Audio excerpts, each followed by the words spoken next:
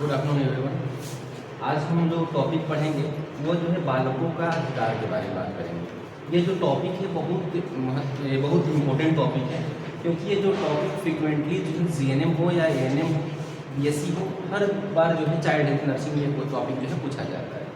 क्योंकि हम सुने हैं कि सबका अपना अधिकार होता है। एक महिलाओं का अधिकार होता है, पुरुषों का अधिकार होता है, समाज के लोगों का अधिकार होता है, सबका अधिकार होता है। तो लेकिन ये भी हमें जानने की ज़रूरत है कि बच्चों का भी अपना अधिकार होता है। बच्चे जो है अपने आप में ही एक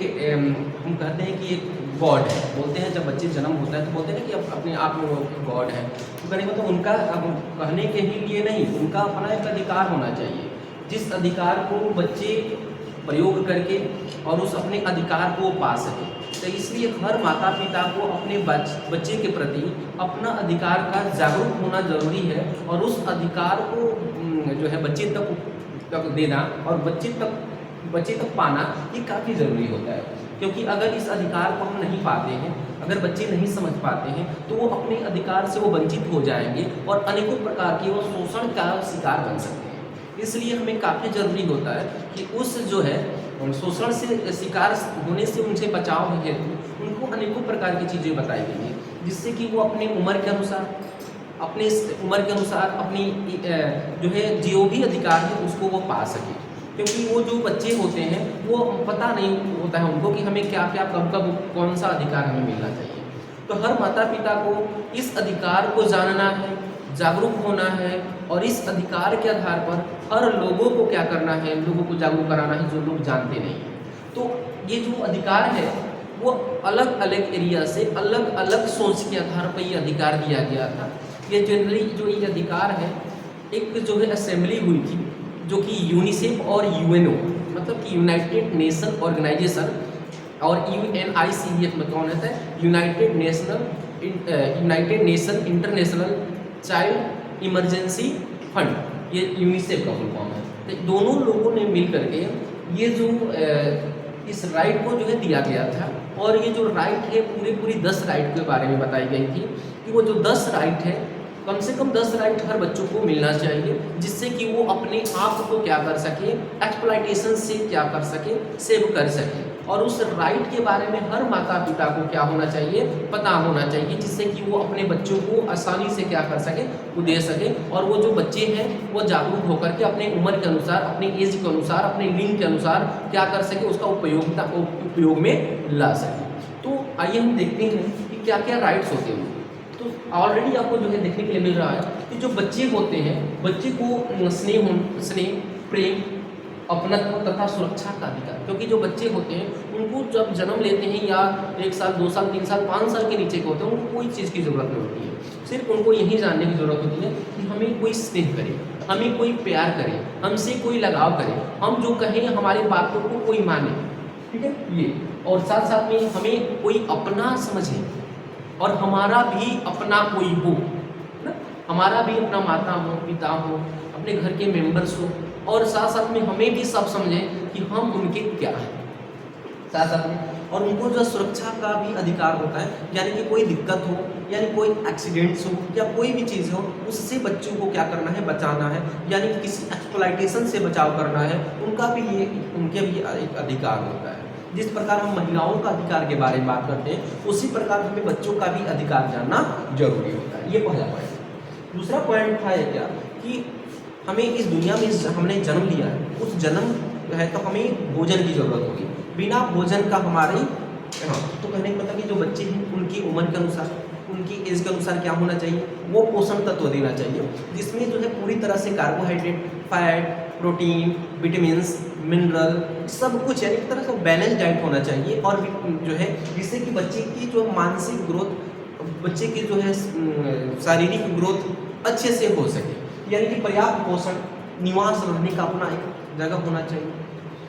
एवं उपचार का अधिकार होना चाहिए कि जब भी वो बीमार पड़े तो कहीं पर भी वो जाकर के फ्री ऑफ कॉस्ट अपना ट्रीटमेंट उनको मिल सके, कोई किसी प्रकार का वो जो है दिक्कत के सामना उसे न देखने के लिए। उसके बाद अपनी अलग पहचान, मतलब बच्चा का ये भी है कि हमारा अपना नाम हो,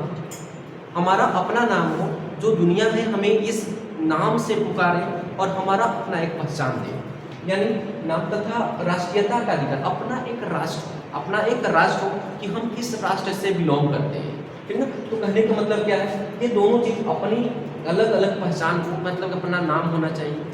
अपने एक किस पिताजी के नाम से जानते हैं, हमारी अपना एक प्रॉपर वे में नाम होने चाहिए उनका। तो कहने का मतलब क्या है, हमारा उस तरह का नाम दिया जाए कि हमें वहीं पर भी उस नाम से हर लोग जाने, उस नाम से हर लोग चिन्हें हमें, तो ये होना चाहिए। उसके बाद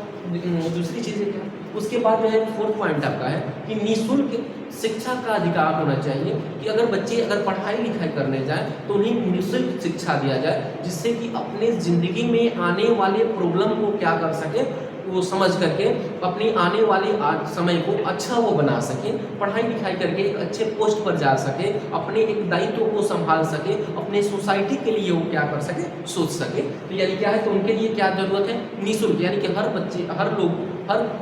जो है घर के पास पैसा ही नहीं होता है, किसी के पास पैसा ज़्यादा है, किसी के पास कम है, वो अपने बच्चे को कोई पढ़ा सक पाता है, कोई नहीं पढ़ा पाता है। तो हमारे ये राष्ट्र का एक दायित्व बनती है कि ये बच्चों को ध्यान में रखते हुए, उन्हें निःशुल्क शिक्षा देना है, कम से कम तो हाई स्कूल तक तो जरूर जो है निःशुल्क शिक्षा दीजिए, जिससे कि वो बच्चे जो है अपनी आगे जा करके अपना एक मार्ग को दर्शन कर सके, आगे जा करके अपने व्यवहार को अच्छे बना सके, अपने आचरण को अच्छे बना सके, जिससे कि क्योंकि बच्चे अच्छे होंगे तो हमारा राष्ट्र अच्छा होगा। क्योंकि हम लोग बोलते हैं ना कि जो बच्चे होते हैं हमारे राष्ट्र के भविष्य होते हैं, लेकिन अगर हम हमारा बच्चे ही अच्छे नहीं होंगे तो हमारा राष्ट्र के भविष्य तो ऐसे ही अच्छा नहीं हो पाएगा। तो राष्ट्र को अच्छा बनाने के लिए हमें भविष्य को भी क्या करना होगा, अच्छा बनाना होगा, और वो भविष्य किससे बनेगा, तो वही जो है छोटे बच्चों से बनेगा, ठीक है। अगर हम बात करें तो ये जो पूरी की पूरी जो है, इसके बाद अगर फिफ्थ राइट की बात करें तो ये जो है बच्चों में अपना मनोरंजन का भी सुविधा होना चाहिए। ऐसा नहीं कि बच्चे को केवल पढ़ने के लिए भेज रहे हैं, घर से बाहर जाने नहीं दे रहे हैं, नहीं, उनको आप उनके पास एक राइट है कि उनको जो है घर से बाहर जाने दीजिए, क्योंकि बाहर जाएंगे तो दो चार बच्चों के साथ फिर खेलेंगे, उनकी घर का अपने अपने अलग अलग जो है परिस्थितियाँ होती हैं, अलग अलग सिचुएशंस होते हैं, उन जगहों से वो बच्चे आकर के खेलते हैं, तो बच्चे ये आपस में खेलेंगे, अपने आइडियाज़ को शेयर करेंगे, अपने बिहेवियर को शेयर करेंगे, अपने कल्चर को शेयर करेंगे, अपने ट्रेडिशन को शेयर करेंगे। जब ये सब कुछ जो है शेयर करेंगे तो ये बच्चे जो है क्या होगा, उनके अंदर ही जो है प्ले की, क्योंकि हम ऑलरेडी जो है प्ले के जो टॉपिक पढ़े थे उसमें ऑलरेडी हम लोग देखा था कि प्ले के माध्यम से ही बच्चे में अनेकों प्रकार के विकास देखने के लिए मिलता है। तो इससे जो प्ले है यानी खेल है, तो इस खेल के अंदर ही जो है क्या होता है, उनको मनोरंजन की सुविधाएं आपको देखने के लिए मिलती है। उसके बाद विकलांग बच्चों को देखिए, उसके बाद तो विकलांग जो बच्चे हैं उनको विशेष से जो है क्या देना चाहिए, उपचार देना चाहिए, और साथ साथ में विशेष शिक्षा का देना चाहिए कि वो बच्चे जो है हेल्पलेस हैं, उस बच्चे को वैसा हो जाए कि उनको हेल्पलेस उनको ना समझना पड़े, और अनेकों प्रकार की अपनी ज़िंदगी में जो चीज़ें हैं वो अपने पूरा कर सके, और मतलब उनको पढ़ाई का अपना एक माध्यम होना चाहिए, अपना एक तरीका उनका होना चाहिए, क्योंकि वो एक नॉर्मल बच्चे से क्या होंगे थोड़ा अलग। उसके बाद आपदा के समय जो है सुरक्षा एवं राहत पाने का सर्वप्रथम अधिकार होना चाहिए बच्चों का। तो अगर कहीं डिजास्टर आता है, या तो वो आपको आर्टिफिशियल हो सकता है, मानव निर्मित हो सकता है, या तो आपका जो है नेचुरल हो सकता है, कोई भी हो ना। तो कहने का मतलब जब भी कभी डिजास्टर आता है, जब कभी आपदा आता है, तो सबसे पहले इस बच्चों को बचाव करने का प्रयास करना है, क्योंकि ये बच्चे जो हैं, अगर ये बच्चे बचते हैं, अगर रहते हैं, तो हमारा राष्ट्र अपने आप जो है अच्छा हो जाएगा और किसी प्रकार का दिक्कत देखने के लिए नहीं मिलेगा। तो सबसे पहले कभी भी आपदा आती है तो सबसे सर्वप्रथम हमें ध्यान होना चाहिए कि हम अपने बच्चों को कैसे क्या कर सके, बचा सके, ठीक है। तो अगर हम बात करें, अगला है आपका व्यक्तिगत विशेषताओं का विकास के लिए शिक्षा का अधिकार, यानी कि हम एक व्यक्ति हैं, एक बच्चा एक व्यक्ति है, समझने की उसको बच्चों को एक ऐसा समझ के चलना है, और वास्तव में वो तो है ही कि एक ऐसा वो व्यक्ति है जिसमें उसका अपना एक अधिकार है, और उस अधिकार को उस लायक बनाना है जिसमें बच्चे के अंदर क्या हो सके, वो जो उनके अंदर जो है जो ग्रोथ और डेवलपमेंट की जो भावनाएं हैं, यानी वृद्धि एवं विकास की जो चीज़ें हैं, वो अपने आप अच्छा डेवलप हो। अगर ग्रोथ और डेवलपमेंट उनका अच्छा होगा तो निश्चित है कि उनका शरीर भी क्या होगा, अच्छा होगा, क्योंकि दोनों ग्रोथ और डेवलपमेंट दोनों आपस में सिमिल्टेनियसली एक साथ जो है दोनों चलते हैं। क्योंकि एक अगर गड़बड़ होता है ग्रोथ, तो उनका डेवलपमेंट गड़बड़ हो जाएगा, डेवलपमेंट गड़बड़ होता है तो उनका ग्रोथ गड़बड़ हो जाएगा। ग्रोथ मतलब होता है हमारा शारीरिक विकास हुआ, डेवलपमेंट मतलब होता है हमारा मानसिक विकास हुआ। ये चीज़ जो है दिख रही थी। मतलब ये कहने का मतलब क्या है कि जो बच्चों को इस चीज़ों पर ध्यान दे करके उनकी ग्रोथ और डेवलपमेंट को आगे बढ़ाने में क्या करना है, मदद करना है। अगला देखिएगा, उसके बाद जो है आपका शांति व भाईचारों के साथ साथ लालन पालन का अधिकार होना है। मतलब बच्चे को आप जो है शांतिपूर्वक और उनको भाईचारों ने मतलब कि मिलजुल करके उन बच्चों को क्या करिए, लालन पालन करिए, यानी कि उसको